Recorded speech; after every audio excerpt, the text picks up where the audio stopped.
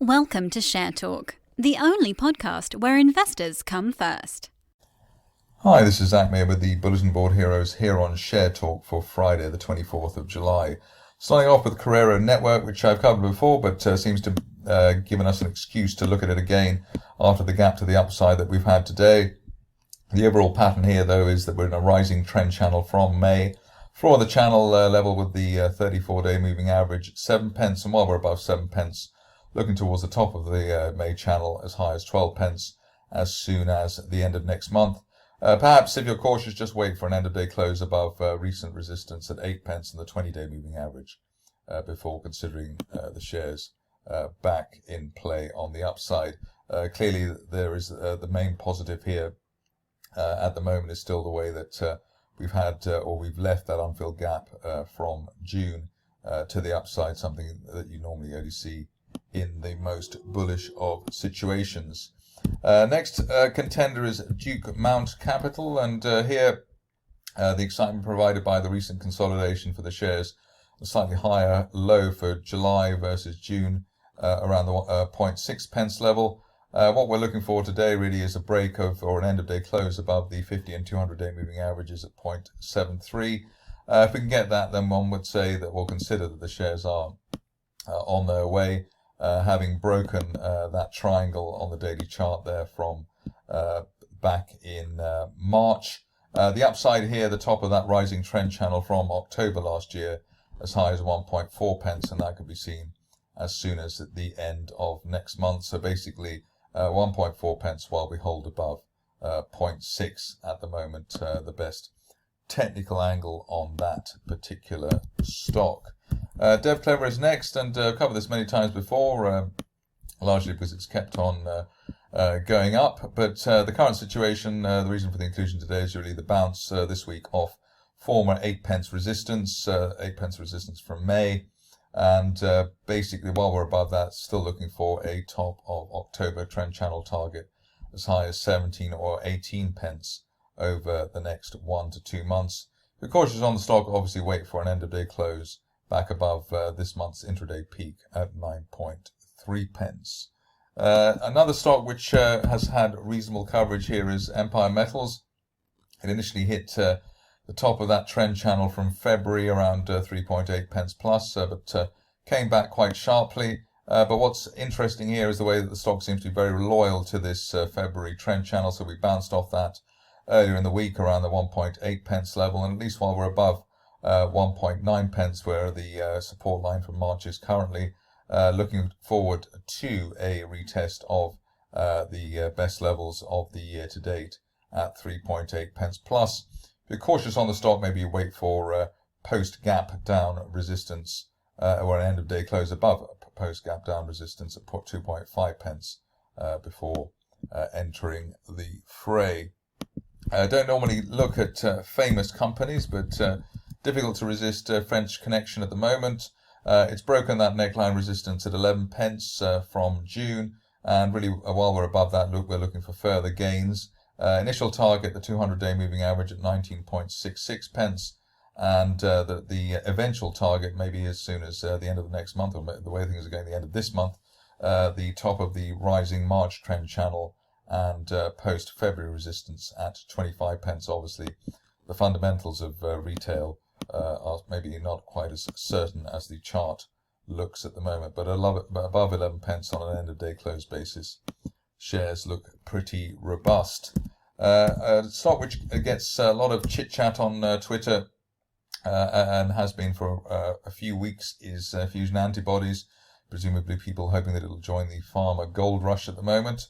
Current situation is that we've just nudged through the initial July resistance at 103, come back a bit, but at least while we're above the 50-day moving average at 94 pence, looking for further gains. Best case scenario target at the moment up to £1.70 at the top of that broadening triangle from January, which looks as though it could be hit over the next 1 to 2 months.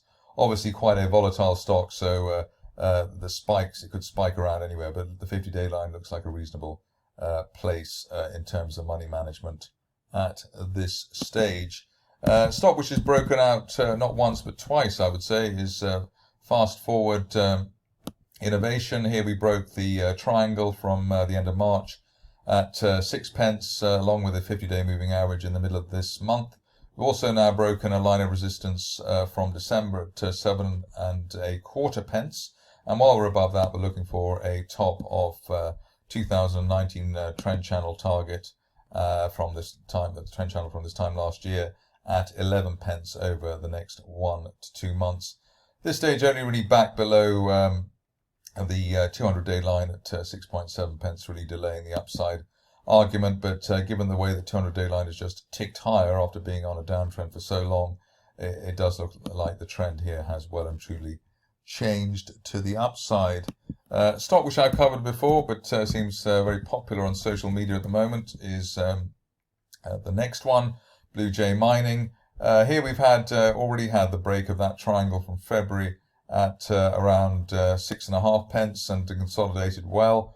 The view at this stage is that while we're above the floor of the rising trend channel from March and the 50-day line at 6.3 pence, we could see further upside towards the top of the channel at 10 pence. Obviously, if you're cautious on the shares, maybe wait for an end-of-day close or a weekly close above 8 pence before pressing the buy button on that particular situation. On to Rockfire, which I covered, I believe, earlier in the week. Going great guns at the moment. Here you can see that the shares have pushed higher above the February resistance line there at 1.5 pence. The view is that while we hold above 1.5 pence, the best case scenario target here could be up to 3.5 pence as soon as the end of next month. Any dips towards the 1.5 pence area in the meantime regarded as a technical buying opportunity. Sarium is the next stock, which has also been covered recently and done well. We've hit the top of the March trend channel at 0.9 pence and backed off a bit, but there could still be another leg to the upside. End of day close or weekly close above 0.9 pence could give us a move to the upper parallel there from April up to 1.3, 1.4 pence over the following few weeks, but obviously wait on that 0.9 pence close. Stop loss at this stage, given that we would probably want to lock in gains, an end of day close back below the 0.8 pence level, the bottom of today's gap, and former May resistance. Webis is next, and here you can see that the shares have broken out of this little triangle formation from March around the 1.4 pence level. While we're above the March uptrend line at 1.3 pence, we're looking for further upside, particularly because the 50-day line is rising and the shares are well below that. That normally becomes a sort of a magnet for the price action. So above 1.3, looking for at least 1.75 at the 50-day line. Finishing off, not in alphabetical order, but because I've left it out earlier in the list, is Gunsynd, another chatted about a situation. Here we've, I think I've covered this before, but here we've had a triangle triangle formation from February with the resistance line on the triangle there at 0.8 pence.